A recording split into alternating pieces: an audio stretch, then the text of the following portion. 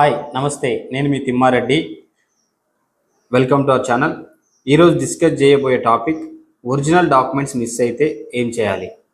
Property documents ఉంటాయి కదా, మీ house షిఫ్టింగ్లో కానీ ఎక్కడైనా ఫైర్ యాక్సిడెంట్లో కానీ ఏ విధంగా అయినా సరే ఒరిజినల్ డాక్యుమెంట్ మిస్ అయితే తక్షణమే ఏం చేయాలి. మీరు ఒరిజినల్ డాక్యుమెంట్ మిస్ అయిన వెంటనే నియరెస్ట్ పోలీస్ స్టేషన్లో ఎఫ్ఐఆర్ నమోదు చేయించుకోవాలి.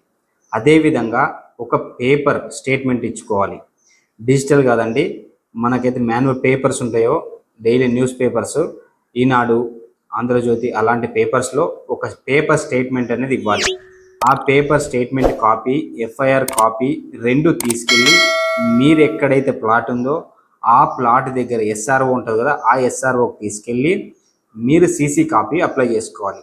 ఈ సీసీ కాపీతో పాటు ఎఫ్ఐఆర్, పేపర్ స్టేట్మెంట్ ఈ మూడు ఒక ఫైల్లో తీసుకెళ్ళి ఏదైనా కస్టమర్కైనా సరే, లేదా అదే మూడు పేపర్స్ ఉండి ఏదైనా ప్లాట్ కొనాలనుకున్నా సరే మనం కూడా హ్యాపీగా కొనుక్కోవచ్చు. లీగల్గా ఎలాంటి ప్రాబ్లం ఉండదు. ఎందుకంటే ఒరిజినల్ డాక్యుమెంట్స్ కొన్నిసార్లు మిస్ అవుతూ ఉంటాయి. చాలా వరకు అపోహలు ఉన్నాయి. ఒరిజినల్ డాక్యుమెంట్ మిస్ అయితే చాలా వరకు మార్కెట్లో తక్కువ అడగడం లేదా తక్కువగా అమ్మేసేయడం ఇలాంటివి జరుగుతూ ఉంటాయి. కాబట్టి అలాంటి అపోహలు ఏమొద్దు. మీకు లీగల్గా ఎలాంటి ప్రాబ్లం ఉండదు. CC copy, FIR copy, paper statement ఉంటే ఎలాంటి ప్రాబ్లం ఉండదు.